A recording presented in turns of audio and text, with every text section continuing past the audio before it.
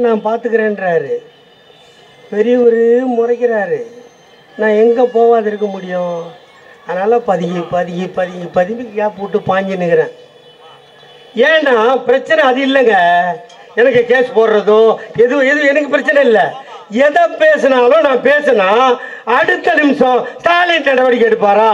இன்னும் இவங்க அத்தை புள்ள மாமா புள்ள மாதிரி அவரை எடுத்துக்கிறாங்க.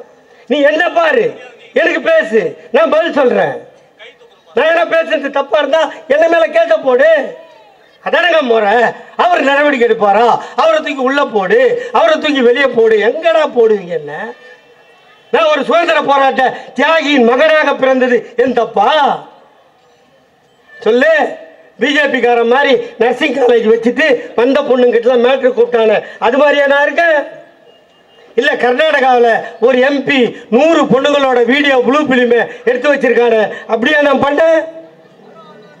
பள்ளிக்கொண்டான்ல போற வரவங்கிட்ட எல்லாம் பழி பறிச்சு காசை பிடுங்க கிளி, அவன் பேரு கிளி, அப்படியா நான் பண்ணேன்?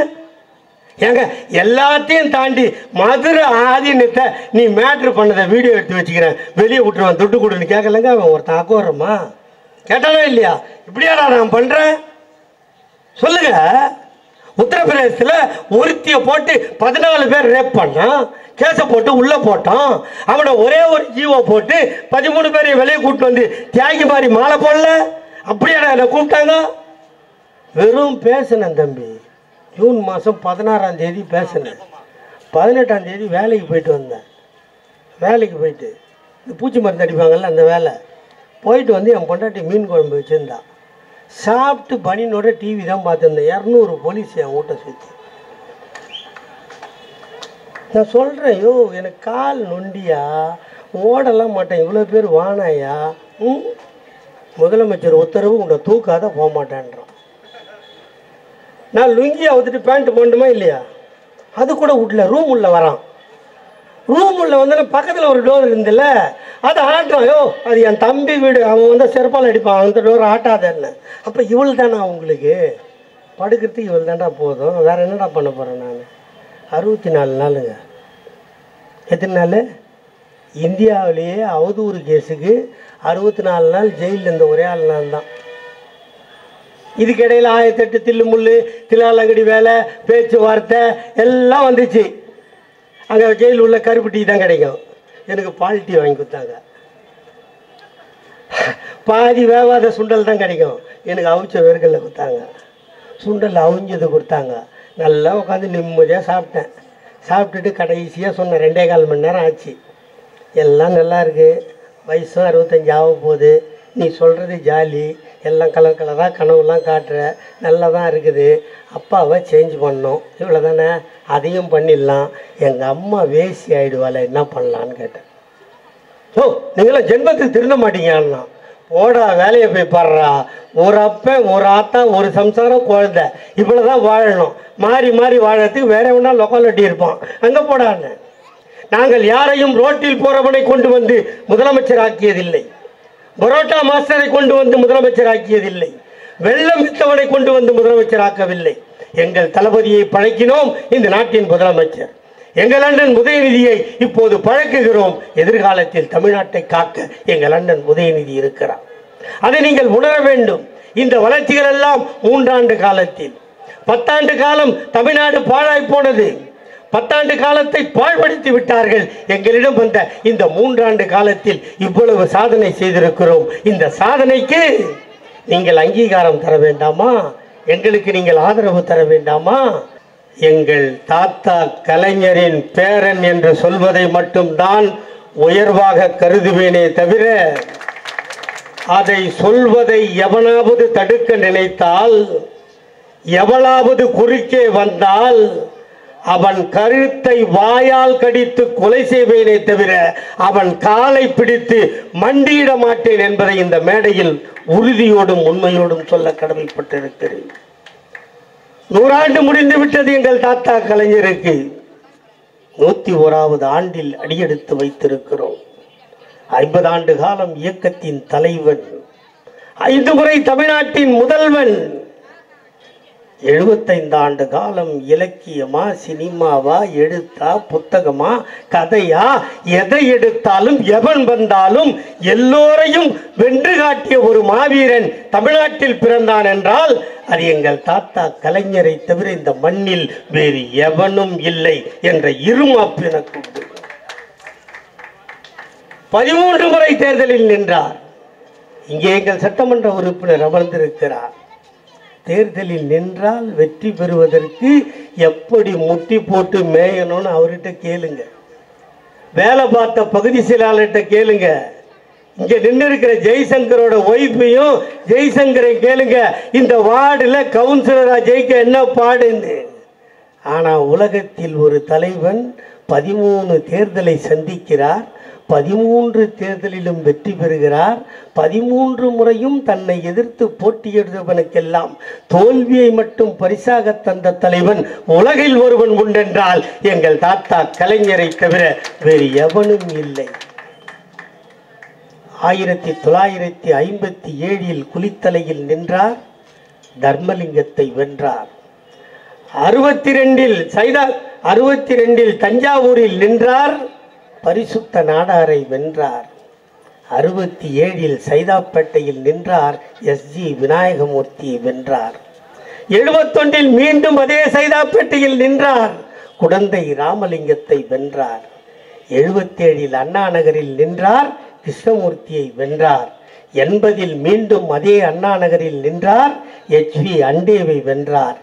89 துறைமுகத்தில் நின்றார், வக்காப்பை வென்றார். 91 மீண்டும் துறைமுகத்தில் நின்றார், கா சுப்புவை வென்றார். 96 சேப்பாக்கத்தில் நின்றார், நெல்லை கண்ணனை வென்றார். 2021 தாமோதரனை வென்றார். 2011 தாவூத் மியான்கானை வென்றார். 2011 தான் பிறந்த திருவாரூர் மண்ணில் நின்றார், குடவாசல் ராஜேந்திரனை வென்றார்.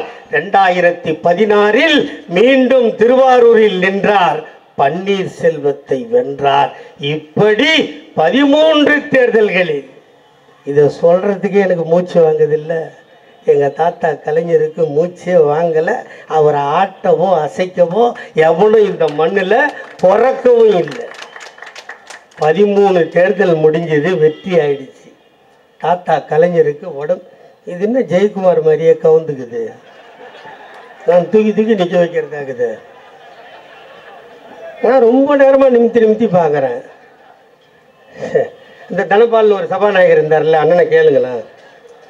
பைல்ஸ் நோய் வந்த மாதிரியே கலப்பிக்கின்னு தான் உட்காந்துருப்பாங்க அம்மா எதிர்க்க. கவுந்தவன் தான். அப்படி இது கவுந்துக்குது. 13 தேர்தல் நின்றார், வென்றார். ஆனால் உடம்பு சரியில்லாமல் போச்சு. எங்கள் தாத்தாவுக்கு உடம்பு சரியில்லைன்னா ஆஸ்பத்திரிக்கு போனார். ஆஸ்பத்திரிக்கு போனதை நீங்கள் பார்த்துருப்பீங்க. அவர் கண்ணாடிக்குள்ளே இருந்தாலும் கண்ணாடிக்கு வெளியே இருந்து கேமராவில் உங்களுக்கு எல்லாரும் நாங்கள் காமிச்சோம். ஏன்னா அவர் எங்கூட்டு சொத்து இல்லை, தமிழ்நாட்டின் சொத்து. ஆகவே உங்களுக்கு காட்ட வேண்டியது எங்கள் கடமை. காட்டணும். ஆஸ்பத்திரியிலேருந்து வீட்டுக்கு வந்தார். அப்போ ஒரு அதிமுககாரன் என்கிட்ட வந்து கேட்டான், அவ்வளோதானா உங்கள் ஆள், அவ்வளோதானா ஏண்டான்னு. பேச்சு வரலையாமே அப்படின்னா. நான் சொன்னேன், அதை பாடுற அவர் பேசுகிறாரு பாடுறான்னு. என்ன பண்ணுறாருன்னு கேட்டான். அவர் என்ன பண்ணுறாரு நீ பாருன்னு. கிரிக்கெட் விளாட்றாரு. கிரிக்கெட்டில் என்னென்ன விளாட்லாம்? பேட்டிங் ஆடலாம், கீப்பிங் பண்ணலாம், எல்லாம் பண்ணலாமா இல்லையா? எல்லாம் பண்ணலாம், அம்பையராக கூட பண்ணலாம். ஆனால் எங்கள் தாத்தா என்ன விளாட்னாரு, என்ன பண்ணாரு? போலிங் போட்டார். அப்போ என்ன சொல்ல வராரு? என் ஆயுளில் 13 விக்கெட்டை ஏற்கனவே எடுத்து விட்டேன், 14வது விக்கெட் எடுக்க நான் தயார், என்னோடு பேட்டிங் ஆட எவன் தயார்? கேட்ட கலைஞர் வந்தார், சிக்கானார். 96 வயசு. வீட்டுக்கு கொண்டு வந்தோம், வச்சோம். நீங்கள் பார்த்தீங்க. 5 முறை இந்த தமிழ்நாட்டை ஆண்டவனுக்கு, சாலையில் கிடந்தவனை கை தூக்கி விட்டவருக்கு, மாங்கு மாங்கு என்று கையிலே ரிக்ஷாவை இழுத்தவனை இனி நீ இழுக்க வேண்டாம், உனக்கு தருகிறேன், சைக்கிள் ரிக்ஷா தருகிறேன் என்று சைக்கிள் ரிக்ஷா தந்தாரே அந்த தலைவனுக்கு தனக்கு கண்ணிலே வலி என்றவுடன் இந்த நாட்டில் எவனுக்கும் கண்ணொலி வரக்கூடாது என்று கண்ணொலி திட்டம் தந்தாரே அந்த தலைவனுக்கு, மாடி வீடு பணக்காரனுக்கு ஏழைக்கு குடிசை வீடுதான் என்றிருந்த நிலையை மாற்றி குடிசை மாற்று வாரியம் அமைத்து என் ஏழை தாயை 3வது மாடியில் அமர வைத்து மயிராத்த வைத்த தலைவனுக்கு, உழவன் விளைக்கின்ற பொருளை அவனே விற்பதற்கு உழவர் சந்தை தந்த தலைவனுக்கு, ஜாதி சண்டை மத சண்டை நடக்கிறது, இது நடக்கக்கூடாது, ஆகவே இதோ தந்தேன் சமத்துவபுரம் என்று சொன்னானே அந்த தலைவனுக்கு, இவையெல்லாம் தந்தது போதாதென்று இந்தியாவில் இருக்கின்ற முதலமைச்சருக்கெல்லாம் கோட்டையில் கொடியேற்றுகின்ற உரிமையை பெற்ற அந்த தலைவனுக்கு ஒரு 5½ அடி நிலத்தை தரமாட்டேன் என்று சொன்னான் எடப்பாடி பழனிசாமி. தன் ஆட்சியில் நிலம் இல்லாதவனுக்கு 2 ஏக்கர் நிலம், வீடு இல்லாதவனுக்கு வீடு, உயர் ஜாதிக்காரன் குடிப்பதற்கு ஒரு குட்டை, தாழ்த்தப்பட்டவன் குடிப்பதற்கு ஒரு குட்டை இருந்ததா இல்லையா? இருந்ததா இல்லையா? அவனுக்கு என்ன அந்த குட்டை, இவனுக்கு என்ன இந்த குட்டை, இதோ நான் வந்து விட்டேன், ஆகவே இதோ கொண்டு வந்தேன். குடிநீர் வாரியம் என்றதை கொண்டு வந்தவன் இந்த இந்தியாவில் எங்கள் தாத்தா கலைஞரை தவிர எவனாவது பார்த்ததுண்டா? இவ்வளவும் தந்த எங்கள் தாத்தாவுக்குத்தான் 5½ அடி நிலத்தை கொடுக்க மாட்டேன் என்று அன்றைய முதலமைச்சர் பழனிசாமி சொன்னான். என் தலைவன் தளபதி கண் கலங்கினார். நான் ஆவேசப்பட்டேன். ஏன் கலங்குகிறீர்கள்? அவனிடம் பிச்சை எடுத்து புதைத்தால் எங்கள் தாத்தா கலைஞர் அங்கே உறங்க மாட்டார், இரவோடு இரவாக வேறு இடம் வந்து விடுவார், அவரிடத்தை அவரே தேர்வு செய்வார். வழக்கு மன்றம் போனார், போராடினார், சட்ட போராட்டம் நடத்தினார், அங்கே சட்டம் வென்றது, அனுமதி கிடைத்தது. அதுவரை வாடியிருந்த எங்கள் தாத்தா கலைஞரின் முகம் தீர்ப்பு வந்தவுடன் அவர் முகம் மலர்ந்ததை பார்த்தீர்களா? அதையும் அந்த இடத்தையும் போராடி பெற்ற ஒரு தலைவன் உலகத்தில் உண்டென்றால் எங்கள் தாத்தா கலைஞரை தவிர இந்த மண்ணில் எவனும் கிடையாது.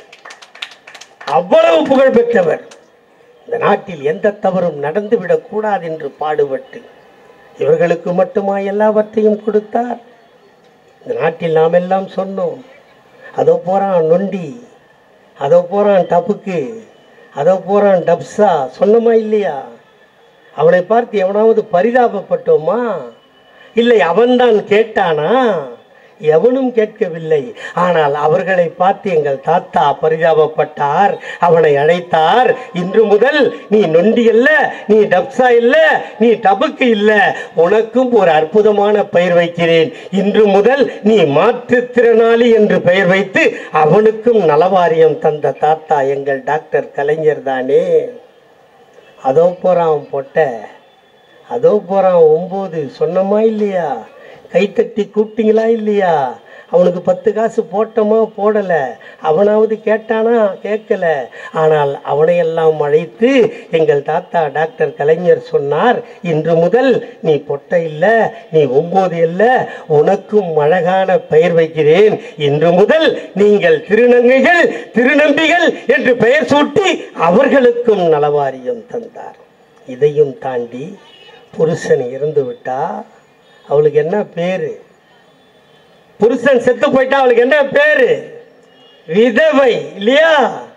விதவை என்ற சொல்லில் பொட்டில்லை என்று ஆதங்கள் பட்ட எங்கள் தாத்தா கலைஞர் இனி விதவை என்று சொல்ல வேண்டாம், அவர்களை கைம்பெண் என்று சொன்னால் 1 பொட்டல்ல 2 பொட்டு வருகிறது என்று தாலி அறுத்தவளுக்கும் தன்மான பொட்டை வைத்த ஒரு தலைவன் இந்த உலகத்தில் உண்டென்றால் அது எங்கள் தாத்தா கலைஞரை தவிர வேறு யாராவது பார்த்திருப்பீர்களா? இவ்வளவும் தந்த எங்கள் தாத்தா, 5 முறை தமிழ்நாட்டை ஆண்ட எங்கள் தாத்தா மறைவுக்கு பின்னால் இந்த இயக்கத்தின் தலைவராக எங்கள் அண்ணன் தளபதி வந்தார். தமிழ்நாட்டில் எத்தனையோ முதலமைச்சரை பார்த்திருப்பீர்கள், எல்லோரும் 50 வயதுக்குள் முதலமைச்சர் ஆக்கி விட்டார்கள், எங்கள் தாத்தா கலைஞர் உட்பட.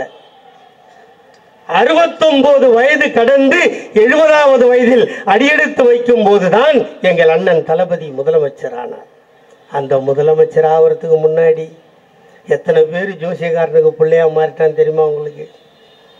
எவன் பாரு அந்த மதுரையில் இருப்பான், செல்லூர் ராஜின்னு ஒருத்தன், 6 கலரில் பொட்டு வச்சுருப்பான். அப்படியே பார்த்தீங்கன்னா கிளி ஜோசியக்காரன் பிள்ளை மாதிரியே இருப்பான். தம்பிக்கு கட்டம் சரியில்லையே, ஏண்டா உன்னை நான் ஜோசியம் பார்க்க கூப்பிட்டோம். எல்லாரும் இதே பல்லவி,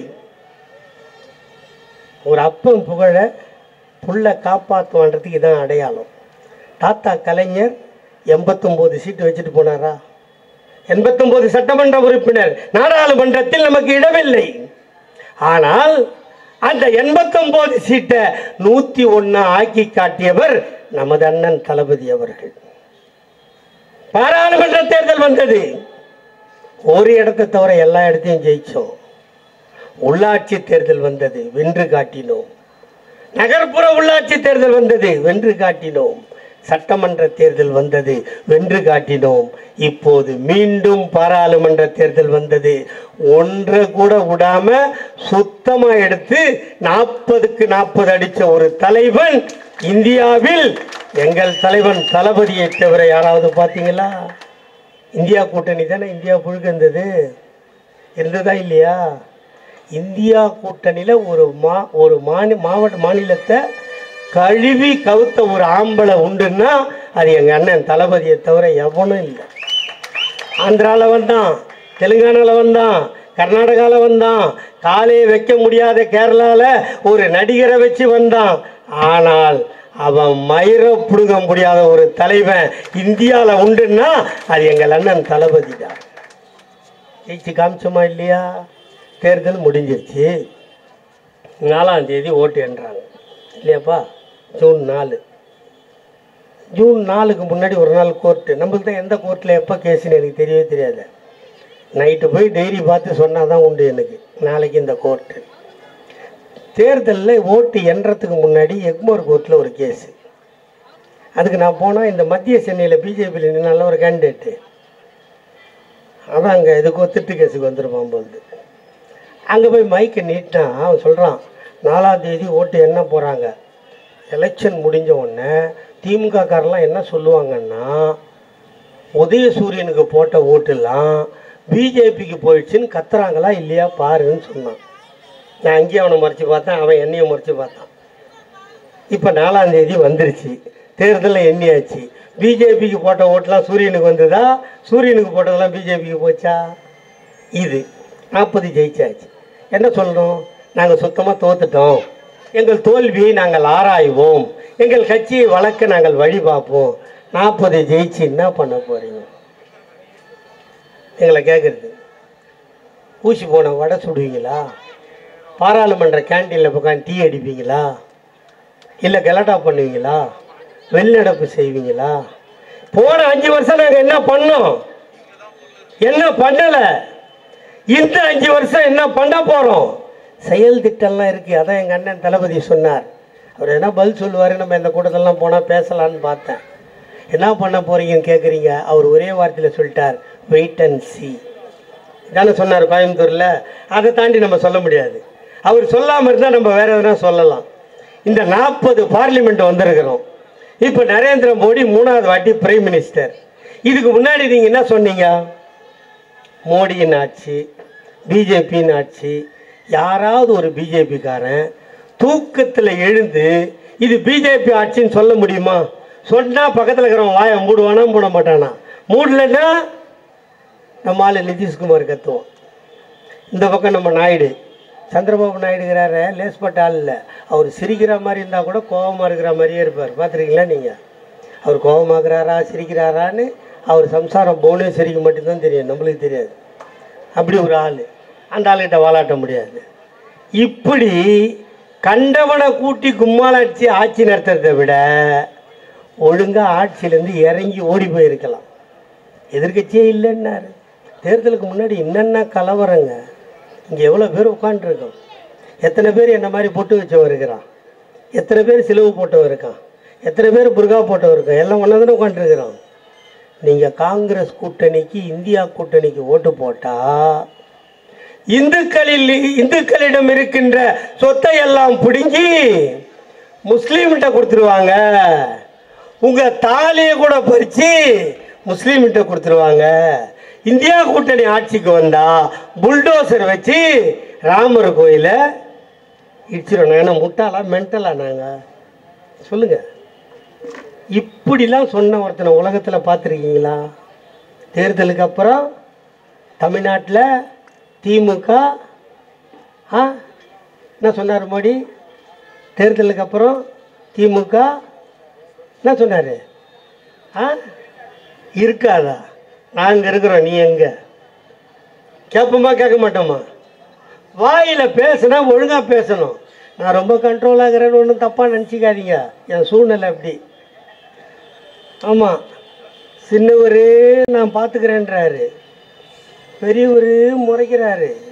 நான் எங்கே போகாது இருக்க முடியும்? அதனால் பதுங்கி கேப் விட்டு பாஞ்சு நிற்கிறேன். ஏன்னா பிரச்சனை அது இல்லைங்க. எனக்கு கேஸ் போடுறதோ எது எனக்கு பிரச்சனை இல்லை. எதை பேசினாலும் நான் பேசினா அடுத்த நிமிஷம் ஸ்டாலின் நடவடிக்கை எடுப்பாரா? இன்னும் இவங்க அத்தை புள்ள மாமா புள்ள மாதிரி அவரை எடுத்துக்கிறாங்க. நீ என்ன பாரு, எனக்கு பேசு, நான் பதில் சொல்கிறேன். நான் என்ன பேசுறது தப்பாக இருந்தால் என்ன மேலே கேட்க போடு. அதானங்க முறை. அவர் நடவடிக்கை எடுப்பாரா? அவரை தூக்கி உள்ளே போடு, அவரை தூக்கி வெளியே போடு. எங்கடா போடுவீங்க? என்ன, நான் ஒரு சுதந்திர போராட்ட தியாகியின் மகனாக பிறந்தது என் தப்பா? சொல்லு. பிஜேபி கார மாதிரி நர்சிங் காலேஜ் வச்சுட்டு வந்த பொண்ணுங்கிட்டலாம் மேட்ரு கூப்பிட்டானே, அது மாதிரியா நான் இருக்கேன்? இல்லை கர்நாடகாவில் ஒரு எம்பி 100 பொண்ணுங்களோட வீடியோ ப்ளூ பிலிமை எடுத்து வச்சிருக்கானே, அப்படியா நான் பண்ணேன்? பள்ளிக்கொண்டான்ல போற வரவங்கிட்டெல்லாம் பழி பறிச்சு காசை பிடுங்க கிளி, அவன் பேரு கிளி, அப்படியா நான் பண்ணேன்? ஏங்க எல்லாத்தையும் தாண்டி மதுரை ஆதீனத்தை நீ மேட்ரு பண்ணதை வீடியோ எடுத்து வச்சுக்கிறேன், வெளியே விட்டுருவான், துட்டு கொடுன்னு கேட்கலங்க. அவன் ஒருத்தன் ஆக்குறமா கேட்டானோ இல்லையா? இப்படியாடா நான் பண்ணுறேன்? சொல்லுங்க. உத்தரப்பிரதேசத்தில் ஒருத்தியை போட்டு 14 பேர் ரேப் பண்ணான், கேஸை போட்டு உள்ளே போட்டான்.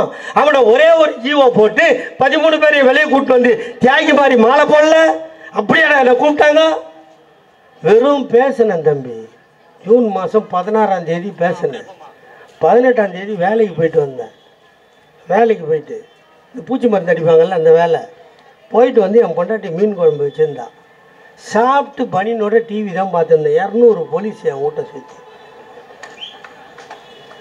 நான் சொல்கிறேன், யோ எனக்கு கால் நொண்டியா, ஓடலாம் மாட்டேன், இவ்வளோ பேர் வானாயா, முதலமைச்சர் உத்தரவு உன்னை தூக்காத போக மாட்டேன்றான். நான் லுங்கி அவுத்துட்டு பேண்ட்டு போண்டுமா இல்லையா? அது கூட வீட்டில் ரூம் உள்ள வரான். ரூம் உள்ள வந்தாலும் பக்கத்தில் ஒரு டோர் இருந்தில்ல, அதை ஆட்டுறான். யோ அது என் தம்பி வீடு, அவன் வந்து செருப்பால் அடிப்பான், அந்த டோர் ஆட்டாதன்னு. அப்போ இவள் தானே உங்களுக்கு படுக்கிறதுக்கு இவள் தாண்டா போதும், வேறு என்னடா பண்ண போகிறேன் நான்? 64 நாளுங்க. எத்தனை நாள்? இந்தியாவிலேயே அவதூறு கேஸுக்கு 64 நாள் ஜெயிலில் இருந்த ஒரே ஆள் நான் தான். இதுக்கிடையில் 1008 தில்லு முள்ளு தில்லாலங்கடி வேலை பேச்சுவார்த்தை எல்லாம் வந்துச்சு. அங்கே ஜெயிலில் உள்ள கருப்பு டீ தான் கிடைக்கும். எனக்கு பால் டீ வாங்கி கொடுத்தாங்க. பாதி வேவாத சுண்டல் தான் கிடைக்கும். எனக்கு அவிச்ச வேர்களில் கொடுத்தாங்க. சுண்டல் அவிஞ்சது கொடுத்தாங்க. நல்லா உட்காந்து நிம்மதியாக சாப்பிட்டேன். சாப்பிட்டுட்டு கடைசியாக சொன்ன 2.25 மணி நேரம் ஆச்சு. எல்லாம் நல்லா இருக்குது, வயசும் 65 ஆக போகுது, நீ சொல்கிறது ஜாலி, எல்லாம் கலர் கலராக கனவுலாம் காட்டுற, நல்லா தான் இருக்குது, அப்பாவை சேஞ்ச் பண்ணோம், இவ்வளோ தானே, அதையும் பண்ணிடலாம், எங்கள் அம்மா வேசி ஆகிடுவாள், என்ன பண்ணலான்னு கேட்டேன். ஓ நீங்களாம் ஜென்மத்துக்கு திருந்த மாட்டீங்கன்னா போடா வேலையை போய் பாடுறா. ஒரு அப்பன் ஒரு ஆத்தா ஒரு சம்சாரம் குழந்தை, இவ்வளோ தான் வாழணும். மாறி மாறி வாழறதுக்கு வேற ஒன்றா லொக்காலிட்டி இருப்பான், அங்கே போடான்னு கலகலை. ஏனென்றால் இந்த ஆட்சியும் கட்சியையும் விட்டால் இந்த தமிழ் மண்ணை காப்பாற்ற நாதி இல்லை. உட்காந்துக்கிறாங்க என் தாய்மாரெல்லாம், அவங்க எல்லாருமே வேலைக்கு போறவங்க தான். ஒன்று ஆபீஸ் துடைக்க போகணும், இல்லை ஆபீஸ்ல அசிஸ்டண்டா போகணும், இல்லை வீட்டு வேலைக்கு போகணும், இல்லை சித்தால் வேலைக்கு போகணும். பெண்கள் எதுனா ஒரு வேலைக்கு போய்த்தானே ஆகணும். அப்படி வேலைக்கு போறவங்க தானே, அவங்களுக்கு சம்பளம் கிடைக்கும் தானே. கிடைச்சா யார்கிட்ட கொண்டாந்து கொடுப்பாங்க? புருஷன்கிட்ட தரணும். இல்லை மாமனார்கிட்ட தரணும், இல்லை மாமியார்கிட்ட தரணும், கொடுத்துட்டாங்க. அடுத்த நாள் கிளம்பணும், புடவை கட்டியாச்சு, மேக்கப் பண்ணியாச்சு, ஹேண்ட்பேக் மாட்டியாச்சு, என்ன பண்ண அடுத்து? அத்தான் பஸ்ஸுக்கு காசு கொடு கேட்டோமா இல்லையா? மாமா பஸ்ஸுக்கு காசு கொடு, அத்தை பஸ்ஸுக்கு காசு கொடு கேட்டோமா இல்லையா? அப்படி கேட்கிற பெண் குழந்தைகளை பார்த்து அவனை பெற்றவர்கள் கண்ணீர் விட்டார்களோ இல்லையோ, அவரை பெறாத தந்தை எங்கள் தலைவன் தளபதி கண்ணீர் விட்டார். இதோ போட்டேன் கையெழுத்து, இன்று முதல் நீ எவனிடமும் கையேந்த வேண்டாம், நேரா பஸ்ஸுக்கு போ.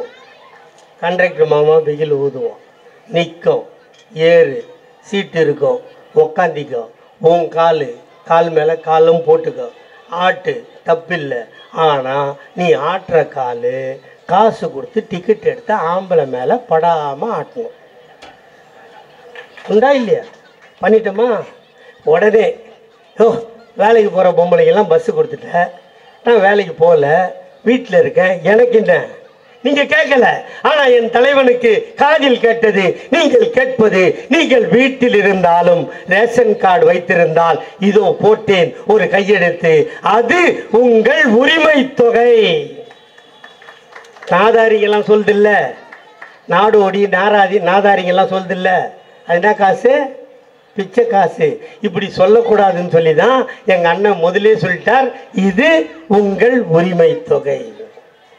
பஸ்ஸு கொடுத்தாச்சு, வீட்டில் இருக்கிற பொம்பளைக்கு 1000 ரூபா கொடுத்தாச்சு. அவள் பெற்ற பொண்ணெல்லாம் கேட்குது, இது என்ன நியாயம்? இது எங்கள் ஆயாளுக்கும் கொடுத்துட்டேன், எங்கள் ஆத்தாளுக்கும் கொடுத்துட்டேன், நான் பொண்ணாக பிறந்தது பாவமா, +2 படிக்கிறேன், ஏதோ கண்டல் வாங்கி எங்கள் அம்மா வருஷ பீஸை கட்டிடுவா, இடையில ப்ராஜெக்ட் பண்ணணும், நோட்டு வாங்கணும், பென்சில் வாங்கணும், சின்ன சின்ன செலவு இருக்கும், எனக்கு என்ன வச்சுருக்க கேட்டுது. எங்கள் தாத்தா கலைஞர் எப்படி இருந்தாரோ அதே போல எங்கள் நல்லன் தளபதி அந்த குழந்தைகளுக்கு தாத்தாவாக இருந்து சொன்னார், 6 முதல் 12 வரை அரசு பள்ளியில் படித்திருந்தால் இதோ உன் தாத்தா உனக்கு தருகிறேன், மாதம் 1000, நீ எவனிடமும் கையேந்தாதே. கொடுத்துட்டோமா? ஆம்பளை பையன் கேட்குறான், என்னையா இது நியாயம்?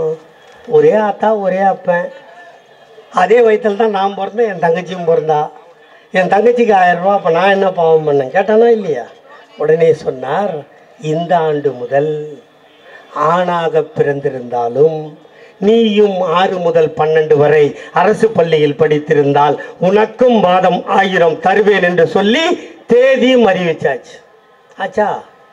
அடுத்து பசங்க குழந்தைங்க இருக்குல்ல, அதெல்லாம் கேட்டுச்சு, தாத்தா எங்கள் ஆத்தாலும் வேலைக்கு போகிறா, எங்கள் அப்பனும் வேலைக்கு போகிறா, எங்கள் அக்காலும் காலேஜுக்கு போகிறா, எங்கள் அண்ணனும் காலேஜுக்கு போகிறான், காலையில் வயிற்று பசி, இதோட பள்ளிக்கூடத்துக்கு போய் நான் வயிற்று பசியை பார்ப்பனா, வாத்தியார் சொல்கிற பாடத்தை கேட்பனா அப்படின்னு கேட்டால் உங்களையும் விட்டுவிட மாட்டேன், இதோ போட்டு விட்டேன் கையெழுத்து, இன்று முதல் உங்களுக்கு காலை சிற்றுண்டி.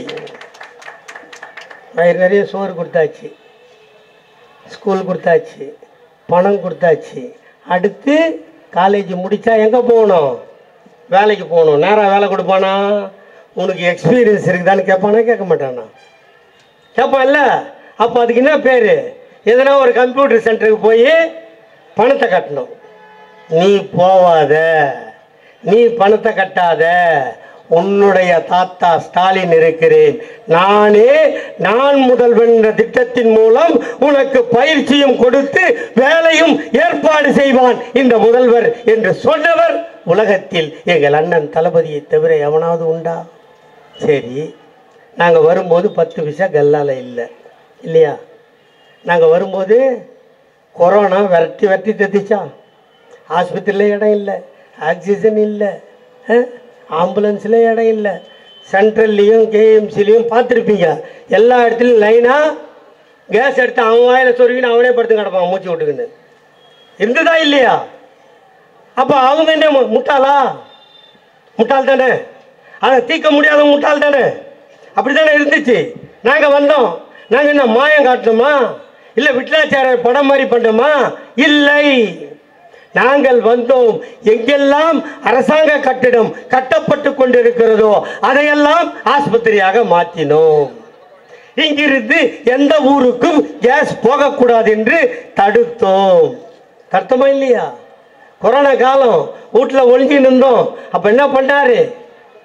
எங்கள் அண்ணன் தளபதி கேட்டார், ஐயா யாரும் வெளியே போகல, வீட்லேயே இருப்பான், ஒரு 5000 ரூபா பணத்தை கொடு, அவங்க நிம்மதியாக வாழட்டும், வேலைக்கு போய் போய்ச்சுப்பாங்க. 1000 ரூபா தான் தருவேன், என்கிட்ட பணம் இல்லை சொன்னாரா இல்லையா? அப்பவே சொன்னார் எங்கள் அண்ணன் தளபதி, எனக்கு நீங்கள் வாக்களித்து நான் முதலமைச்சராக வந்தால் மீதி 4000-ஐ தருவான் இந்த முத்துவேல் கருணாநிதி ஸ்டாலின் என்று சொன்னோமா இல்லையா? எப்போ தருவான்னு சொன்னோம்? ஜூன் மாதம் 3ஆம் தேதி தருவோம். எப்போ கொடுத்தோம்? மே மாதமே கொடுத்தோம். கொடுத்தோமா இல்லையா? கொரோனா போச்சா? கொரோனா வந்த காலத்தில் யார் ஆட்சி? ஏடிஎம்கே ஆட்சி. நாங்கள் ஆட்சியில் இருந்தோமா? இல்லை. உலகத்திலே என்ன சொன்னால், வீட்டிலிரு, விலகியிரு, தனித்திரு, விழித்திரு. இது யார் சொன்னா? உலகமே சொல்லிச்சு. வீட்டிலிரு, விழித்திரு, தனித்திரு, விலகியிரு சொல்லிச்சா? அமெரிக்கா ஜனாதிபதி அதான் சொன்னா, பிரான்ஸ் அதிபர் அதான் சொன்னா, நம்ம நரேந்திர மோடியும் அதான் சொன்னார். அதனால தான் அவர் 1 வருஷமாக சேவிங் பண்ணாமல் அந்த முடியை 1 கிலோமீட்டர் வளர்த்து வச்சிருந்தார். பார்பர் வந்தால் கொரோனா வந்துடும், செத்து போயிடுவோன்னு பார்பரையே சேர்க்கலை. நம்ம எடப்பாடி பழனிசாமி கதவை உள்பக்கம் தாப்பால் போட்டுக்கினார்.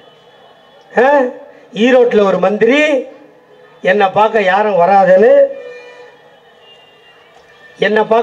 வராதுன்னு அவரும் கதவு சாத்திக்கினார். ஆனால் உலகத்தில் ஒரே ஒரு தலைவன் சொன்னான், ஒன்றிணைவோம் வா என்று அழைத்த உலகத்தில் ஒரே தலைவன் எங்கள் அண்ணன் தளபதியை தவிர வேறு எவனும் இல்லை. அழைச்சோம், அதோட விட்டோமா? ஒரு தொலைபேசி எண்ணை கொடுத்து அந்த எண்ணில் எங்களை அழைத்தால் உங்களுக்கு தேவையானவற்றை கொடுப்போம் என்று சொன்னோம். கொடுத்தோமா இல்லையா? என்ன கேட்டாலும் கொடுத்தோம். அப்படி கொடுத்து கொடுத்து எங்களில் பல உயிர்களை கொடுத்தோம். அந்த டி நகர் எம்எல்ஏ அண்ணன் ஜே அன்பழகனை பறிகொடுத்தோம். பல பேர் செத்து போனார்கள். எங்கள் உயிரை கொடுத்து இந்த மக்களை காப்பாற்றுகின்ற ஒரு இயக்கம் இந்தியாவில் திராவிட முன்னேற்ற கழகத்தை தவிர வேறு எவனும் இல்லை. அப்படி பல்வேறு சேவைகளை உங்களுக்கு செய்து கொடுத்துத்தான் இதோ இந்த மேடையில் சொன்னார்களே, ஒரு 25 ஆண்டு காலம் இந்த நாட்டில் திமுகவின் ஆட்சியை எவனாலும் அழைக்க முடியாது என்று சொன்னார்களே. நிச்சயம் நாங்கள் யாரையும் ரோட்டில் போறவனை கொண்டு வந்து முதலமைச்சராக்கியதில்லை, பரோட்டா மாஸ்டரை கொண்டு வந்து முதலமைச்சராக்கியதில்லை, வெள்ளம் வித்தவனை கொண்டு வந்து முதலமைச்சராக்கவில்லை. எங்கள் தளபதியை பழக்கினோம், இந்த நாட்டின் முதலமைச்சர். எங்கள் அண்ணன் உதயநிதியை இப்போது பழக்குகிறோம். எதிர்காலத்தில் தமிழ்நாட்டை காக்க எங்கள் அண்ணன் உதயநிதி இருக்கிறார். அதை நீங்கள் உணர வேண்டும். இந்த வளர்ச்சிகள் எல்லாம் 3 ஆண்டு காலத்தில். 10 ஆண்டு காலம் தமிழ்நாடு பாழாய் போனது. 10 ஆண்டு காலத்தை பாழ்படுத்தி விட்டார்கள். எங்களிடம் வந்த இந்த 3 ஆண்டு காலத்தில் இவ்வளவு சாதனை செய்திருக்கிறோம். இந்த சாதனைக்கு நீங்கள் அங்கீகாரம் தர வேண்டாமா? எங்களுக்கு நீங்கள் ஆதரவு தர வேண்டாமா? கடைசியாக ஒரே செய்தி. என்னை எல்லோரும் கேட்டார்கள், 72 வயதாகிறது அண்ணன் தளபதிக்கு, எப்படி இப்படியெல்லாம் சுற்றுகிறார், முடியுமா என்று கேட்டார்கள். அப்படி சுற்றினால் அவர் கலைஞரின் பிள்ளை, இல்லை என்றால் இல்லை என்று சொன்னேன். ஏன் என்று கேட்டான். நீங்கள் 1952 பராசக்தி படம் வந்திருக்கும், அதை நீங்கள் பார்த்திருப்பீர்கள். அதுவரை படம் வந்தது 20 பாட்டு, 5 பாட்டுக்கு தூங்கணுமா இல்லையா? ஆனால் பராசக்தி என்ற படம் வந்தவருக்கு பின்னால் தான் 2.5 மணி நேரம் கண்ணை சிமிட்டாமல் படம் பார்க்க வைத்த தலைவன் எங்கள் தாத்தா டாக்டர் கலைஞர். அப்படி என்றால் எவனோ கடையில் விற்கிற மைய வாங்கி கலைஞர் தாத்தா கையில் இருக்கிற பேனாவில் ஊற்றினா அந்த கைப்பட்ட மைக்கு அவ்வளோ பவர் இருந்தா, எங்கள் தாத்தா சொந்தமாக ஊற்றின மையி எங்கள் அண்ணன் தளபதி அவருக்கு எவ்வளோ பவர் இருக்குன்றதை நீங்கள் நினைத்து வைத்துக் கொள்ளுங்கள். இன்று இந்த நாட்டை காப்பாற்றுவார் எங்கள் அண்ணன் தளபதி, நாளை இந்த நாட்டை காப்பாற்றுவார் எங்கள் அண்ணன் உதயநிதி. எப்போதும் நிற்பீர், துணை நிற்பீர். உங்களுக்காக நாங்கள், எங்களுக்காக நீங்கள் உழைத்து இந்த நாட்டை நாமும் சேர்ந்து முன்னேற்றுவோம். வாய்ப்புக்கு நன்றி. வெல்க தமிழ். வணக்கம்.